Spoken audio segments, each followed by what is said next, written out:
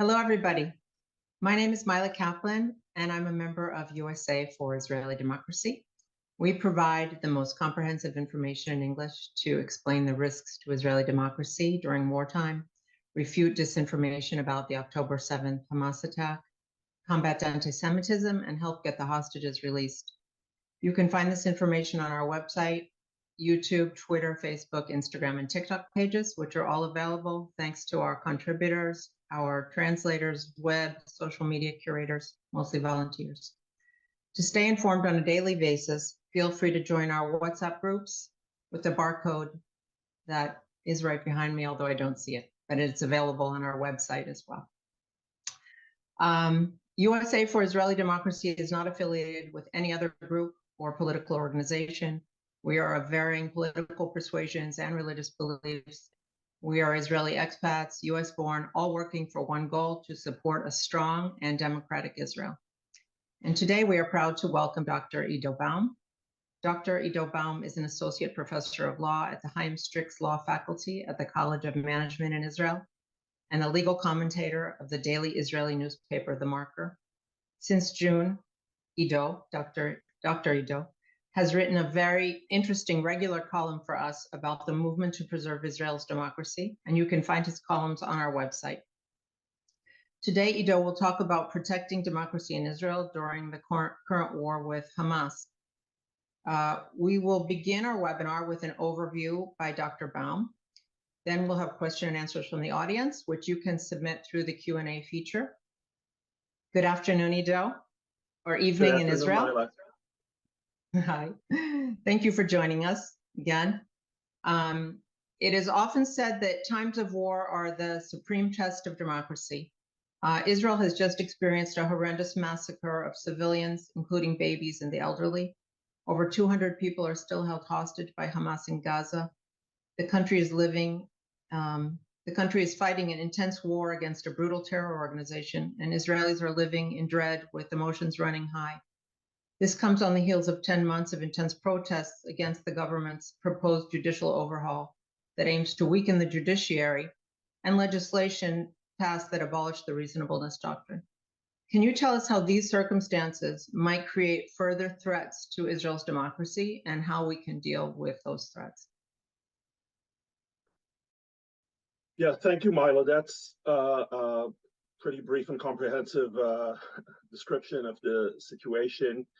And first of all, let me thank you for inviting me and for providing this very important platform and for what you're doing to support democracy in Israel over the last, I think, 10 months or almost a year now.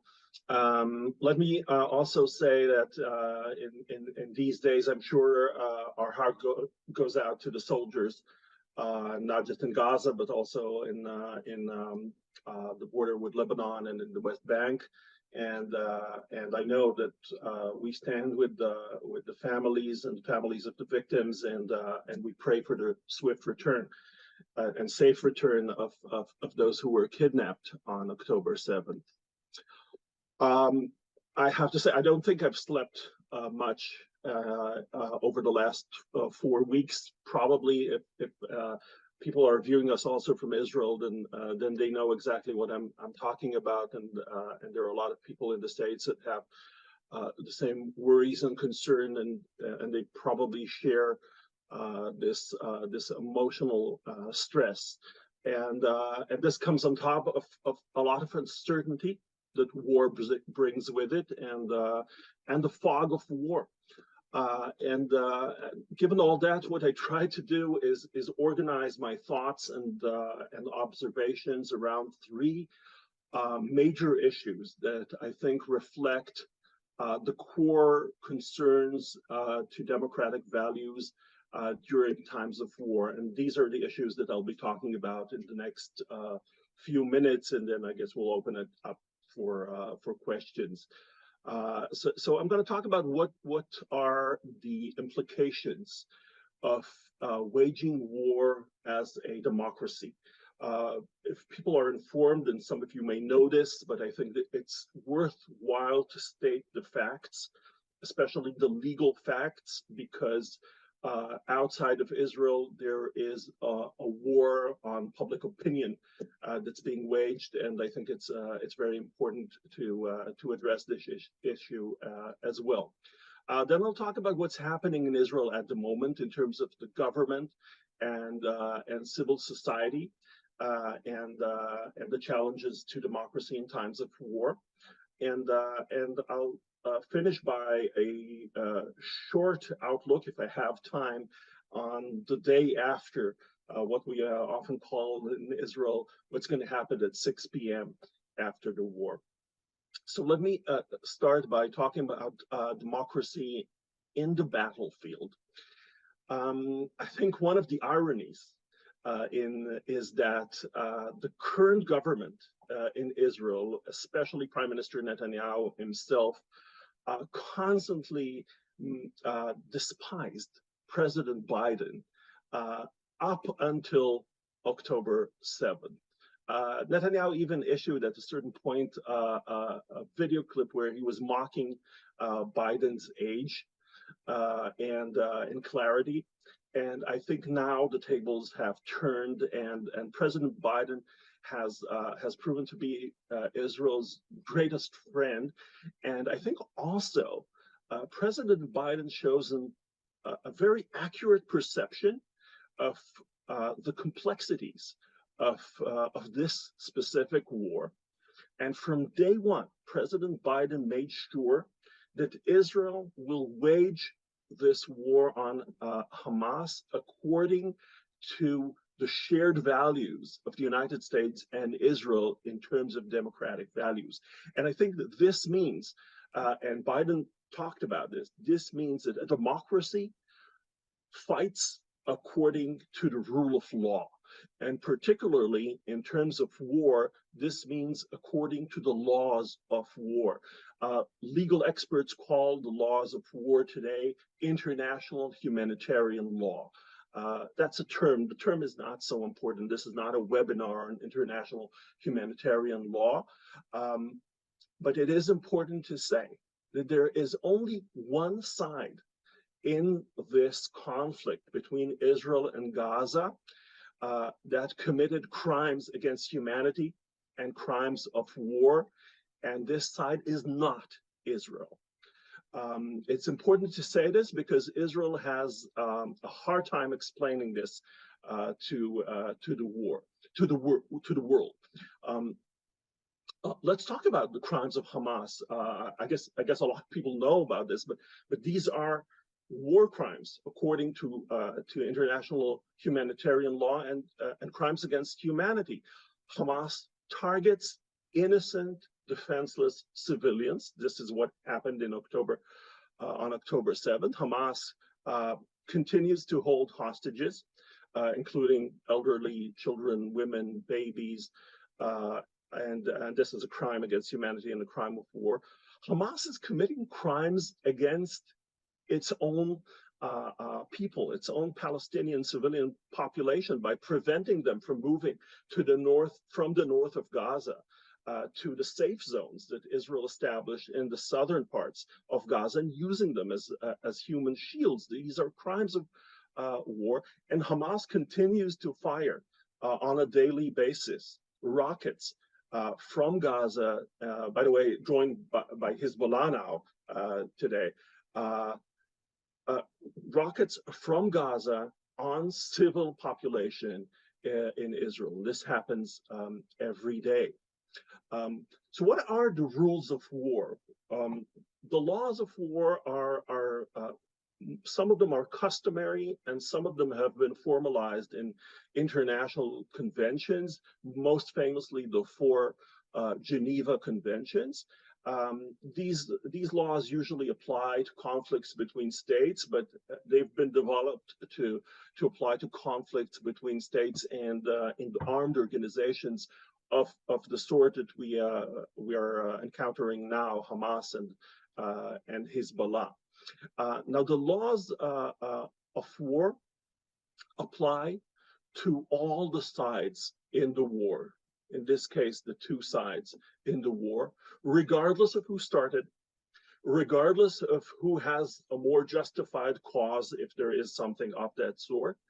And they even apply if the enemy is not abiding by these laws of war, which is the case in this conflict between Israel and Hamas. What do the laws of war say? So what are the constraints, basically, that Israel is facing in this war with Hamas? And this is important also for the government, and this is important for the world to understand. Number one, and I'm sort of generalizing three main principles of the laws of war according to international humanitarian law. One, you must not target civilians. It could be that civilians will be harmed. There will be civilian casualties, but targeting civilians on purpose is illegal. That's a crime of war.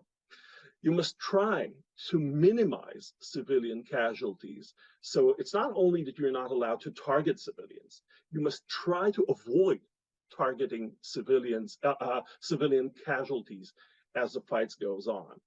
And the third very important principle, according to the laws of war, is the principle of proportionality.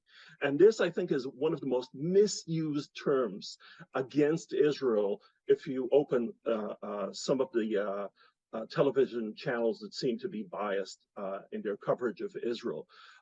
Often they say, the Israeli response in Gaza is not proportional to the damage caused to Israel or to the kind of attack that was launched against Israel.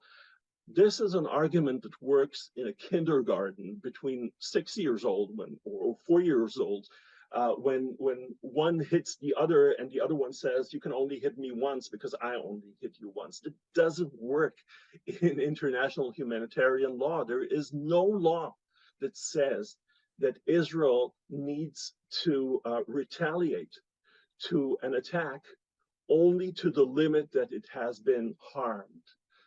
What the principle of proportionality really means in international humanitarian law is that when Israel attacks a military target and it knows that civilians are around it, there may be civilian casualties, then whoever takes the decision, it might be the soldier in a split-second decision in the field in Gaza, and this is happening as we speak probably, and the top echelon commanders, they must weigh the value of the military target in the fight that they're fighting versus the magnitude of civilian casualties that may be harmed as a result of the military action.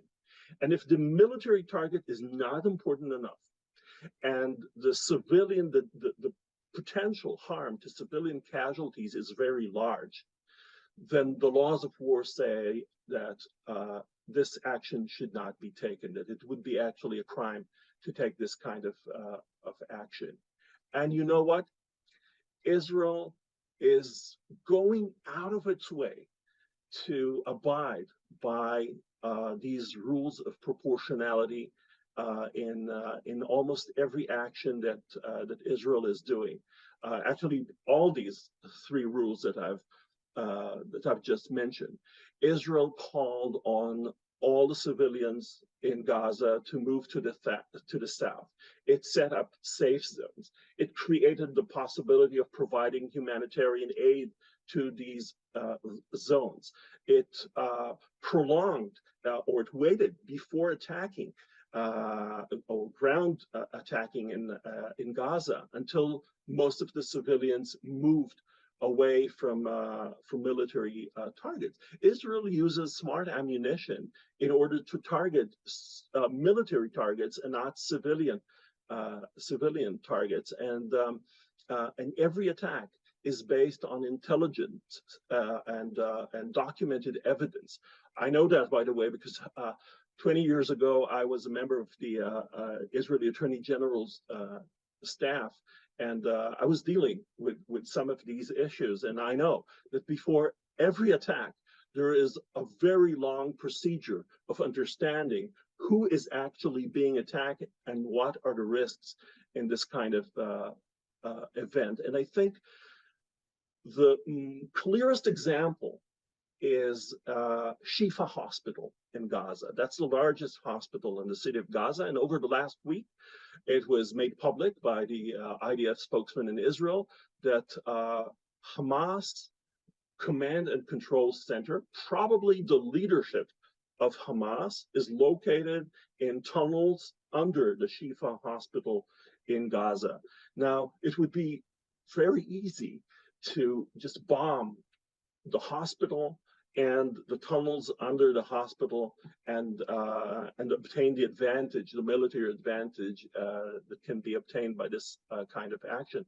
But Israel refrained from doing so, and I think it will probably refrain from doing so unless it finds a way to move most of the civilian population out of the Shifa hospital in Gaza.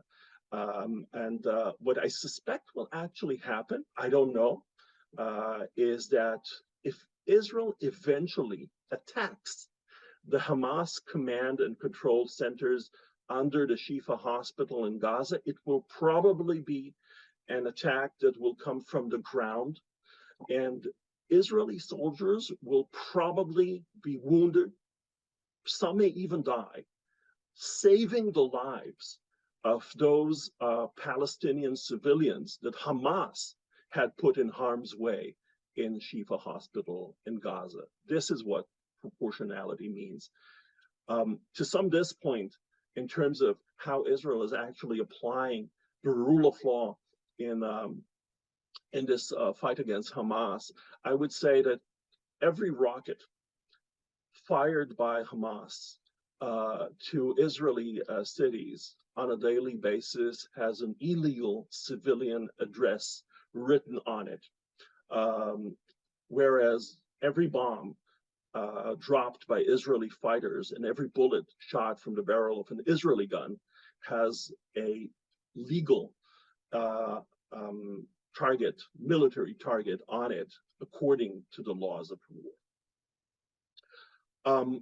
Moving from the field of the battlefield to what's happening in Israel at the moment, and that's the second thing that the second issue that I wanted to address in this talk.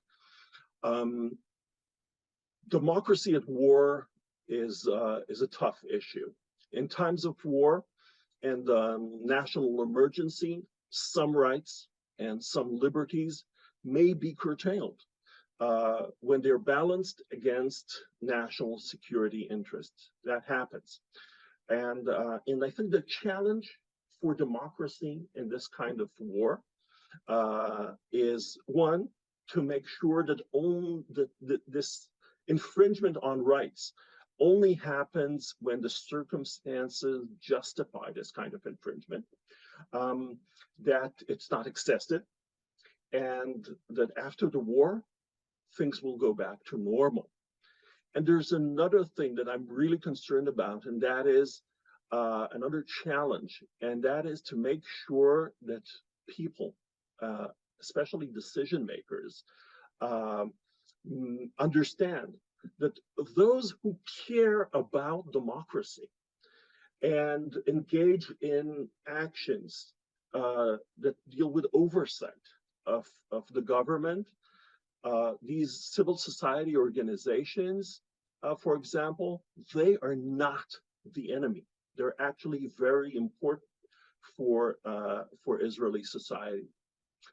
Now, Israel was thrown, as Mila, you mentioned at the beginning, Israel was thrown into this war in Gaza after 10 months of unprecedented internal turmoil and conflict over Israel's core democratic values. I think a lot of people think that this internal conflict served as a catalyst in one way or another for the horrible October 7th attack.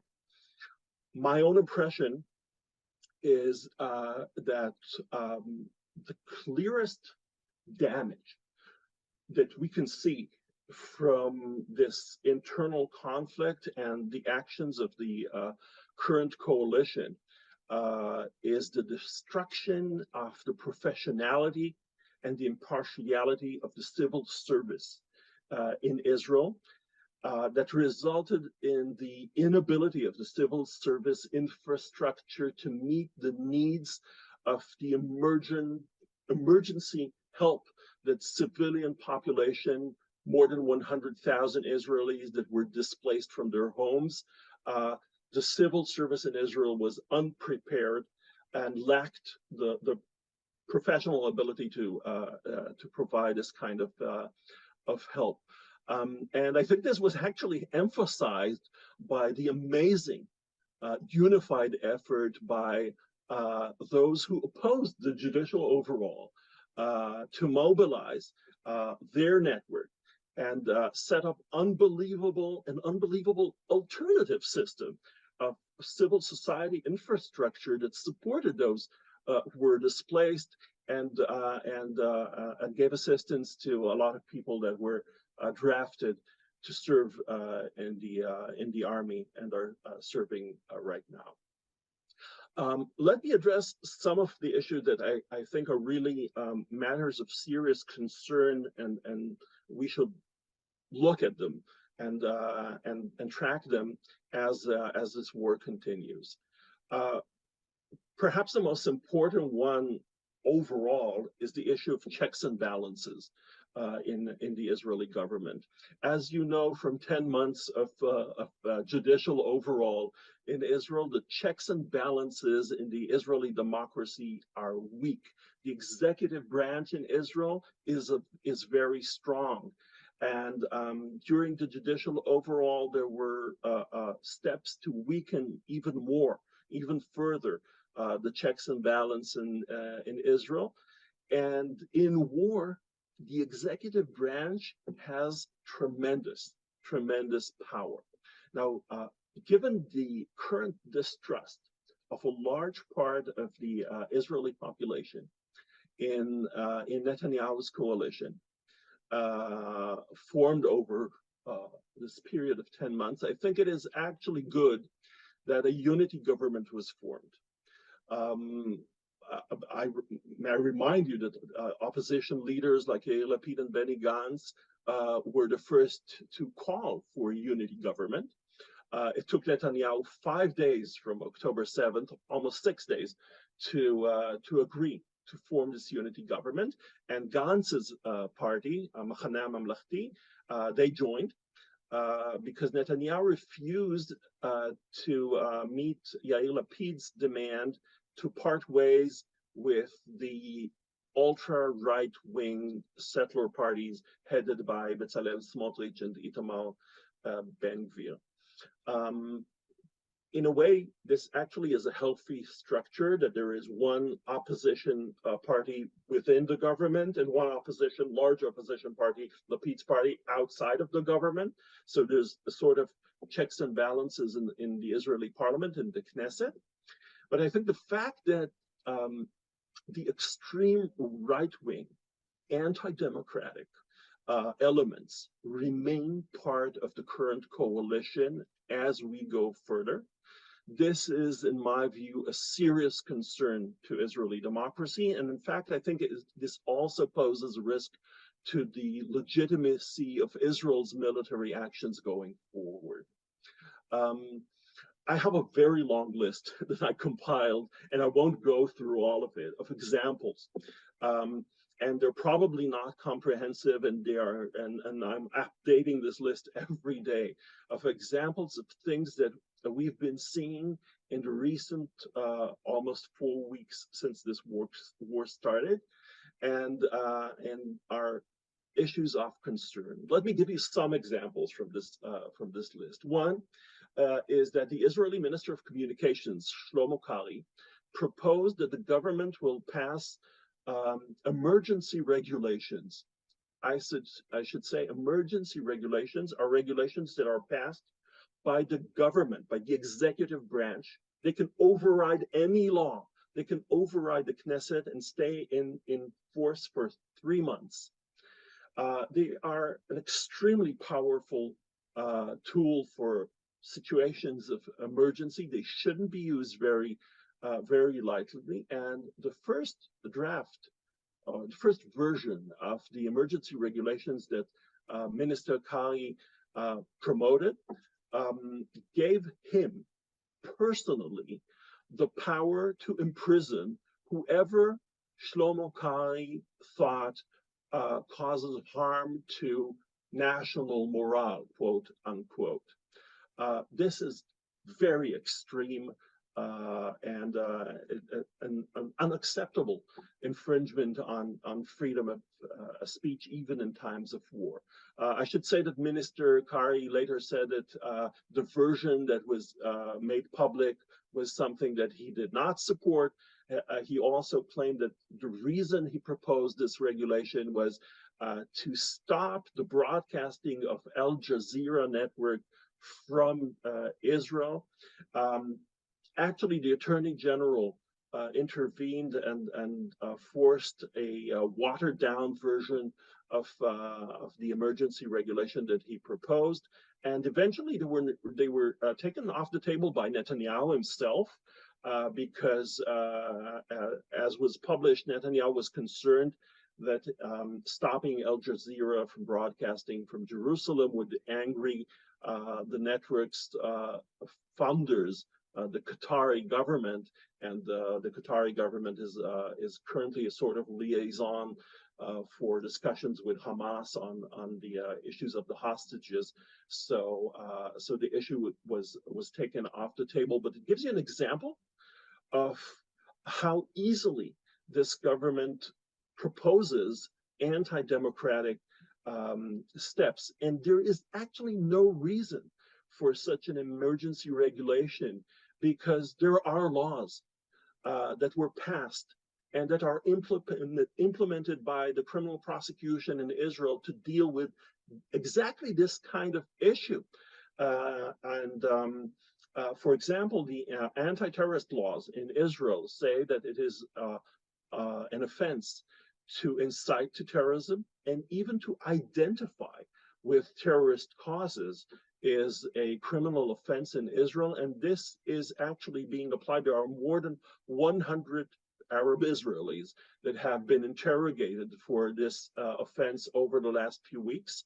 And today, I checked, there were 46 indictments, criminal indictments that were filed against these kinds of offenses. Almost all of them, to the best of my knowledge, all of them were against Arab Israelis that identified with Hamas or with terrorist activities. By identifying, I'm talking even about someone writing something positive about what Hamas has done and on their status on WhatsApp and or on a Facebook account with dozens of viewers. So the Israeli prosecution is definitely taking action in terms of speech, of hate speech, of pro-terror speech, and there is no reason that the government needs to introduce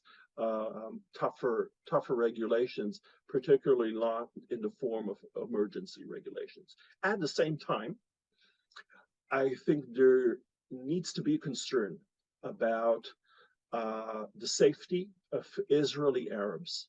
And this safety is challenged, and sometimes it is even challenged from within the government. One of the examples that I can give you, this week, the Minister of National Security, Itamar Ben-Gvir, who was not happy with a decision of one of the judges in the Israeli judiciary, who happens to be an Arab Israeli judge, tweeted that this judge is an example of the enemy within. Not a single minister in the government, certainly not the Minister of Justice, said anything about this. This was a legitimate judicial decision. It could be appealed, and inciting against Arab Israeli judges is a very problematic issue. And a lot of issues that challenge democracy come from the National Security Ministry headed by Ben-Gvir. To give you just an example, Ben-Gvir is calling for a change in the regulation. This is something that the government can do. A change in the regulations regarding the rules for opening fire by the police in protests and riots. He wants to allow the police to open fire with live ammunition at the legs, at the feet of rioters and protesters in case they're blocking roads. At the moment, to the best of my knowledge, this is not promoted within the government because the Attorney General is opposed to this. But I think the tone at the top from Ben-Gvir can be seen in the lower echelons in the police. An example of that is that the police tried to ban demonstrations near Netanyahu's private residence in Caesarea last week. Eventually, the police changed their mind and allowed the demonstrations. And I should say that Netanyahu is not staying there anyway. He's staying at the private mansion in Jerusalem that belongs to a billionaire. This is another issue that needs to be investigated. But that goes beyond the point. There are other examples. Ben-Gvir appointed as the Director General of his office of the National Security Ministry, someone who has no experience in national security. He was informed by those who are in charge of the civil service that this person cannot be the Director General of the office, and he ignores this. And actually, we see that the government is appointing political appointments. Some of them are not fitting their roles, even after October 7th. The most problematic appointment is the one of retired Brigadier General Gal Hirsch, who was appointed to lead the issue of the hostages by the government. This is probably the most delicate issue that the Israeli government is facing now. There are many critiques against Gal Hirsch. He actually resigned from the army after the Second Lebanon War, where his command actions were criticized. But the biggest problem in terms of the legality of appointment is that Gal Hirsch is facing criminal charges for massive tax evasion. His criminal trial is ongoing, and according to Israeli law, you cannot appoint someone to a civil service position when he is charged with severe criminal violations of that sort. But that did not stop Netanyahu from appointing Gal Hirsch to this position. In terms of oversight, of parliamentary oversight of a lot of the government decision, there are also problems. Ben-Gvir's National Security Ministry is supposed to be subject to parliamentary oversight by the Knesset Committee for National Security. But you know who chairs this committee? Member of Knesset Tzvi Fogel, who is one of Ben-Gvir's party members. So there is no real oversight from that kind of committee. Now, this week, we have a similar problem. The minister in Israel that's in charge of the settlements in Judea and Samaria is Bezalel Smotrich, who is not only the Minister of the Treasury, he is also a minister in the Ministry of Defense, and that's what he's in charge of.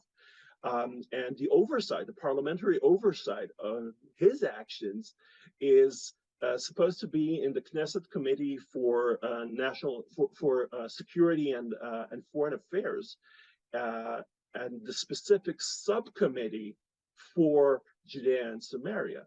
This week, the person who was appointed to head this subcommittee was a member of the Knesset, Tzvi Sukkot, who is one of Smotrich's members in his party, the Tzionut Datit.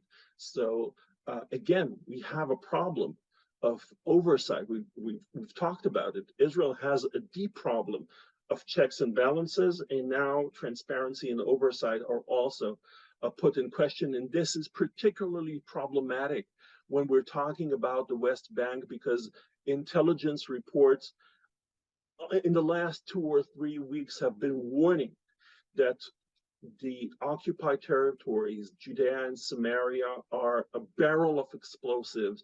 And one of the risks is that extreme right-wing settlers will ignite this barrel by taking action, illegal action against civilian Palestinians in the West Bank. And there's a big concern about the ability to oversee what the government is doing in this area. I think one of the most important issues, and this will bring me to close to an end of my talk, is the judicial overhaul itself. When Benny Gantz joined the war cabinet, it was agreed that no one's going to deal with the judicial overhaul at the moment. Everyone is focused on this war. And so the judicial overhaul is theoretically on hold. But we see now every day that this does not mean that the Netanyahu government decided to drop this. Minister of Justice Yariv Levin, the prominent architect of the judicial overhaul, did not speak to the public for 23 days. He disappeared. There were actually rumors that he had a breakdown or he's not well. Well, he gave an interview to the radio this week denying this. He's well. And he continues to believe that the judicial overhaul is important. And I think he is very focused on the key element, and that is the government taking over the Judicial Appointment Committee. He refuses to convene the Judicial Appointment Committee, despite the fact that the Chief Justice of the Supreme Court and another justice in the Supreme Court, Esther Chayot and Anat Baron, retired. So the Supreme Court is functioning with 13 instead of 15 justices and only with an acting Chief Justice, because without the Judicial Appointment Committee, you just cannot appoint a Chief Justice to the Supreme Court. He would not appoint an ombudsman to the judiciary because that also requires that the appointment committee is convened, and he would not convene the committee. And today we were informed that because there are more than 100 positions of judges that need to be filled, and the expectation is that the judicial system will be flooded with cases once the war is over. So today, Minister Levin agreed to appoint 14 retired judges for an intermediate period to fill some of these vacancies, just because you can appoint these retired judges without convening the Judicial Appointments Committee. So I think what is clear is that Netanyahu's government and Netanyahu's coalition is set on continuing the judicial overhaul the minute this becomes a possibility. And I also see that this government formally talks about unity.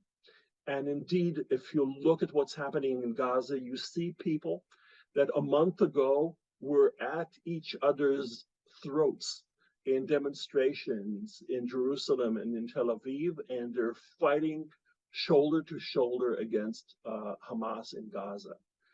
But behind the scene, in social media, and in TV channels that support the government from a very extreme right-wing position like Channel 14, you see building up a campaign to identify or to lay the blame for October 7th on mainstream left-wing media, on the opponents of the judicial overhaul, and on the left wing as a whole, and on the commanders of the army.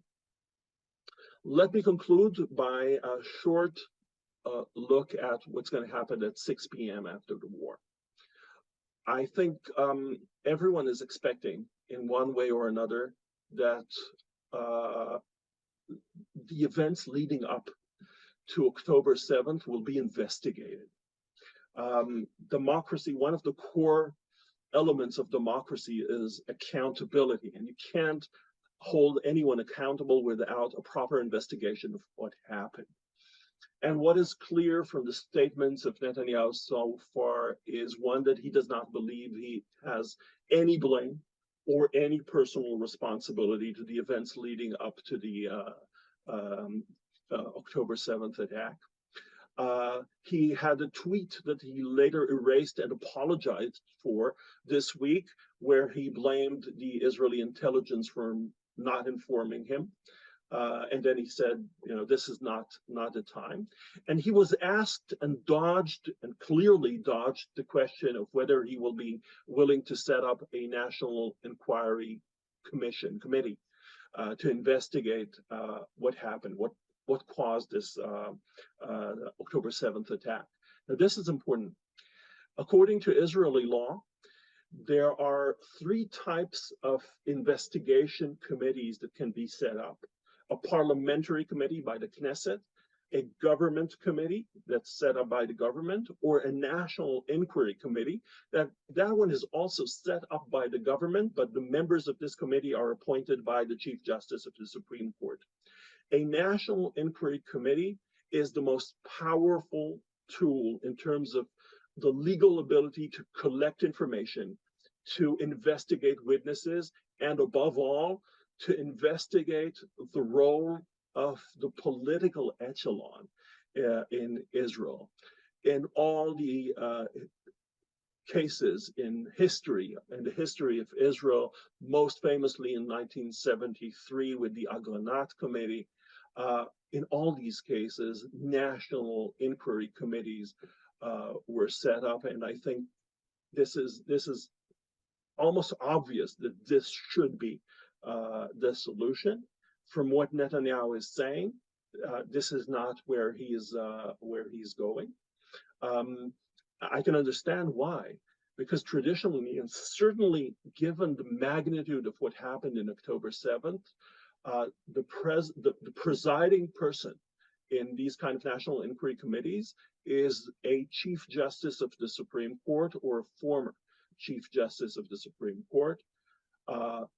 Those who are available for the job are Aharon Barak, Dorit Beinish, Asher Grunis, who is actually presiding a national inquiry committee at the moment for the acquisition of submarines from Germany that is supposed perhaps corrupt, and he's also investigating Netanyahu for this, and the recently retired Esther Chayut. And Netanyahu would not dream of setting up a national inquiry committee with any one of these chief justices in the center of this committee. And so I think if anyone is looking to 6 p.m. after the war and thinking there is a legal way to make Netanyahu step down, I think that's an illusion. I think if anything is going to cause a change in the current leadership of Israel, this will require a change in the political constellation, shift of members of Netanyahu's party to another bloc, and a lot of pressure, unprecedented pressure of popular protest, probably much bigger than the kind of pressure that we saw over the last 10 months leading to the sad events of October 7th. I'll stop here and maybe we can move to questions. Thank you, Ido. You've already answered a lot of the questions just by your very comprehensive overview, and your analysis has actually answered a lot of our questions already. But since you touched on the judicial overhaul and its elements, one of the questions that's come up is, what's the practical significance of the absence of the reasonableness doctrine, especially since you were talking about these questionable appointments that they've been making during wartime, and what impact will it have on the government and security forces if the Supreme Court decides to affirm or invalidate the abolishment of the reasonableness doctrine now? Well, I think the immediate practical implication of the lack of the reasonableness doctrine is that it's very difficult to challenge any of the appointments that were taken by the government ministers, and some of them are taking the liberty to appoint political appointments or people that simply are not up for the job.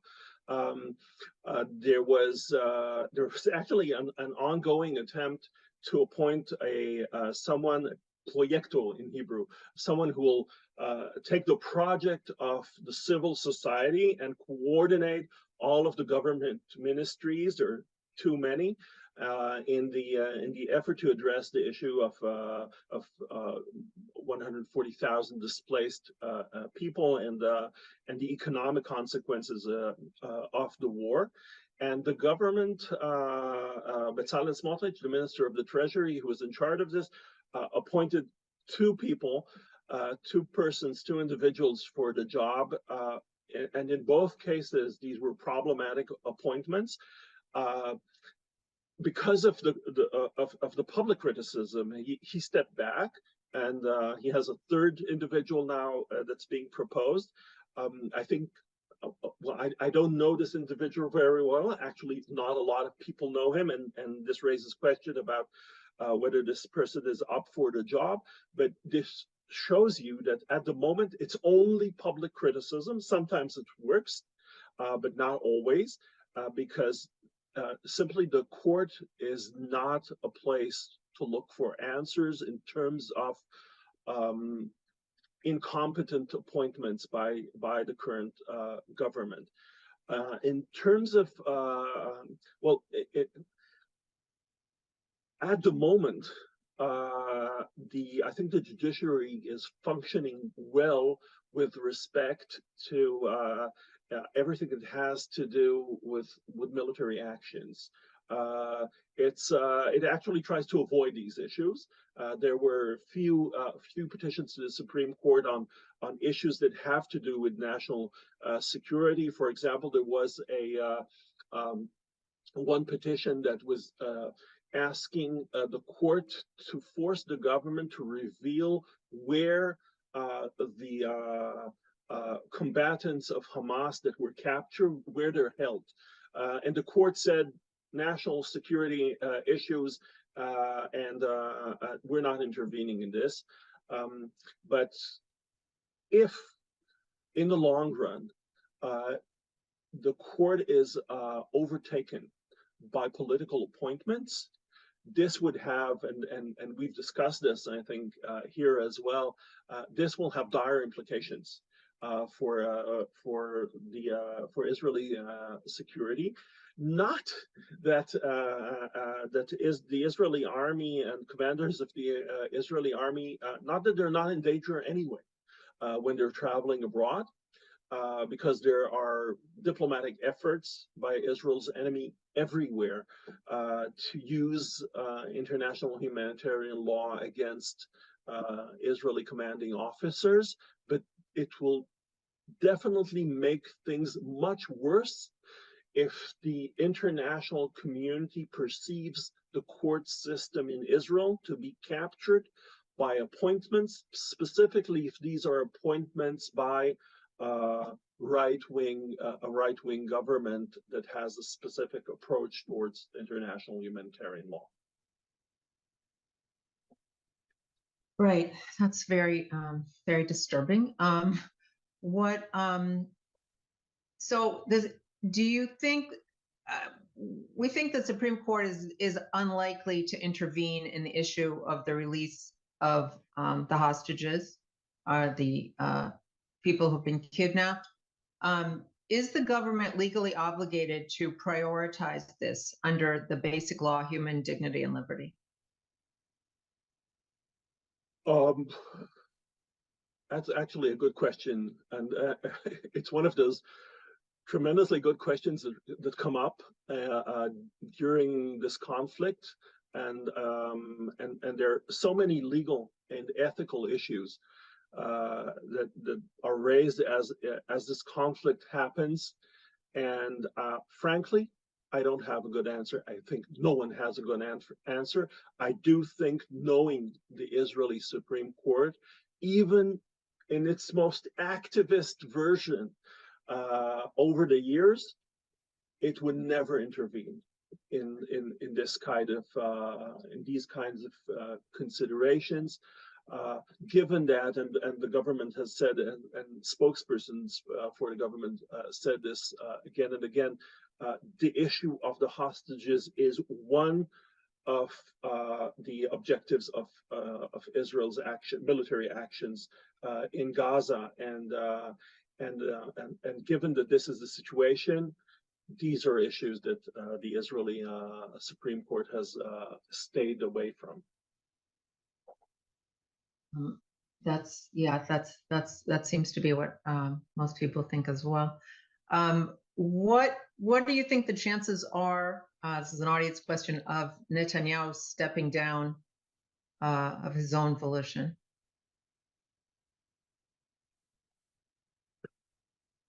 I don't know. My intuition, at least from what Netanyahu has been saying, is that this is not going to happen. In fact, it seems that Netanyahu believes that this is that it's his mission, and it's not a mission of weeks or months. It seems to be a long-term mission to eradicate the capabilities of Hamas, to find, and then the next step is to find some kind of diplomatic solution to what's going to happen in Gaza. The discussion of what are the implications to the Palestinians' rule in the West Bank are also open, because Israel is not in Gaza, right? Israel stepped out of Gaza and now was attacked from Gaza. So a two-state solution means Israel is going to step out of the West Bank as well. What are the implications given the what happened in Gaza? I think Netanyahu's historical perspective and the fact that he has persistently continued to be Israel's prime minister over such a long period means that he sees this as his historical role. So I think voluntarily stepping down, I don't see this happening, nor do I see, and I said that, nor do I see any legal measure that will force him out. Oh well, we can hope, right?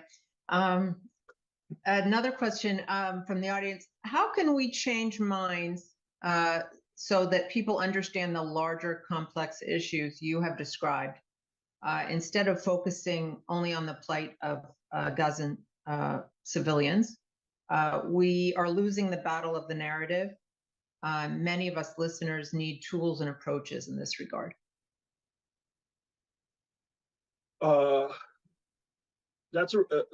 Actually, that's a really complicated issue, because in every front there are different issues coming up in U.S. academia.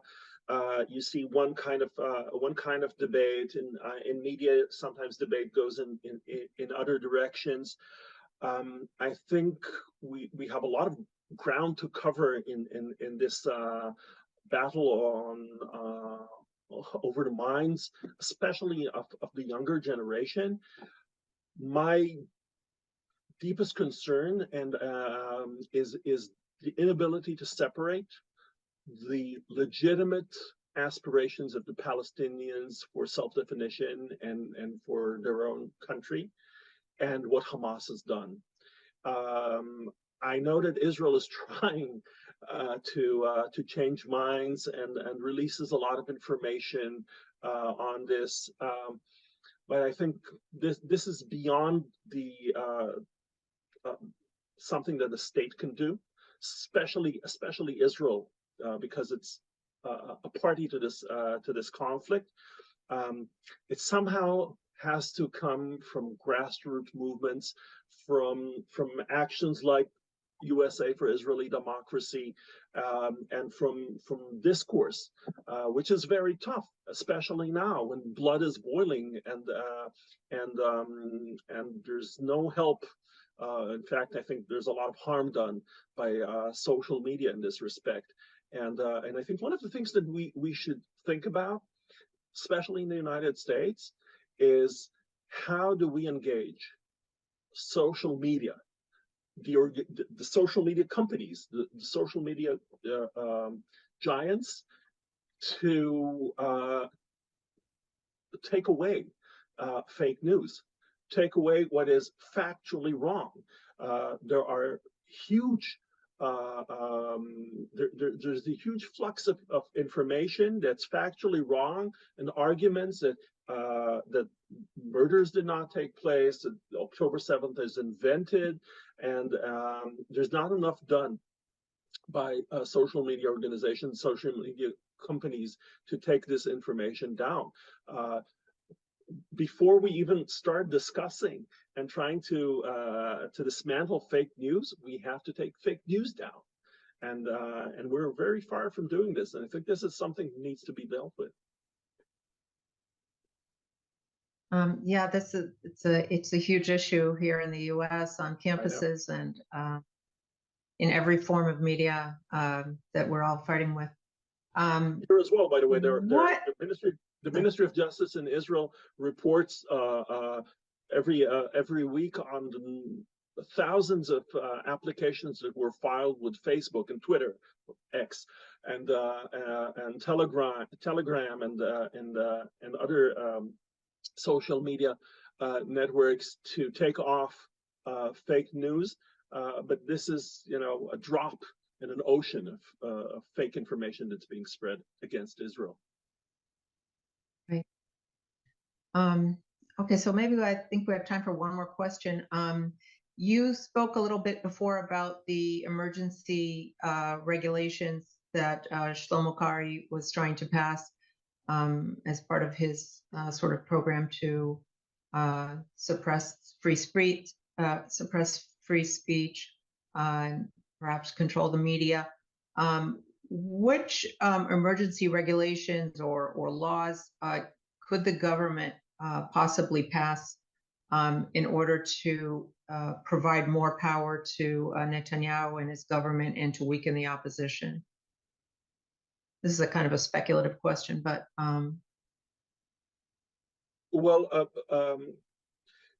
actually, the government can pass any emergency regulations that it wants. The legal situation, according to the emergency laws in Israel, is that since 1948, Israel is in a legal situation of emergency. It has never been canceled, although in the early 2000s, the government at the time by Ehud Barak tried to passed a lot of laws that replaced the emergency laws and then canceled the emergency status of the situation in Israel. They never managed to do so, and actually reality caught up with the emergency situation. This was famously used during the COVID pandemic, where emergency regulations were used to force people to wear masks, and fines were imposed. Emergency regulations were used to ban stepping more than 100 meters from your house, and there were attempts to impose emergency regulations on demonstrations. For example, there was for a while an attempt to pass an emergency regulation that said that you could not demonstrate more than 500 or 1,000 meters from your home. So people would not go to Jerusalem to demonstrate in front of the Prime Minister's residence. And the Supreme Court struck that regulation down. The only check and balance that Israel has against emergency regulations, and they're very, very powerful, is that they can be struck down by the Supreme Court if they infringe on human rights and dignity and human dignity. But of course, if the government takes over the judiciary, then emergency regulations become almost all powerful. At the moment, I don't see this happening, because I think this is exactly the reason to have within the war cabinet, to have Benny Gantz and Gadi Eisenkot and people like Gideon Saar watching over what's happening there, but they are focusing on managing the war. And there's a whole government there that is still Netanyahu's previous coalition, and it still has Netanyahu's previous agenda, and that's a major issue of concern. Right, but to pass an emergency regulation, what kind of voting, is there a voting procedure? Who needs to agree to it to pass them? The government needs to pass it. It's a vote in the government. Actually, according to basic law, the government, in certain situations, for example, if you need to pass the emergency regulation really fast and you cannot convene the government, then Prime Minister Netanyahu individually can pass emergency regulations. At least at the moment, I don't see a situation where this happens, because because the Knesset is functioning, and according to the current legal status, if the Knesset can enact a law really quickly, and it can, there's no need for emergency regulations. But after October 7th, who knows? Oh, no. Okay, so I think we can conclude there. Thank you so much for joining us. This has been an extremely informative and timely webinar, and we really appreciate your contribution. Thank you. Thank you, Mila.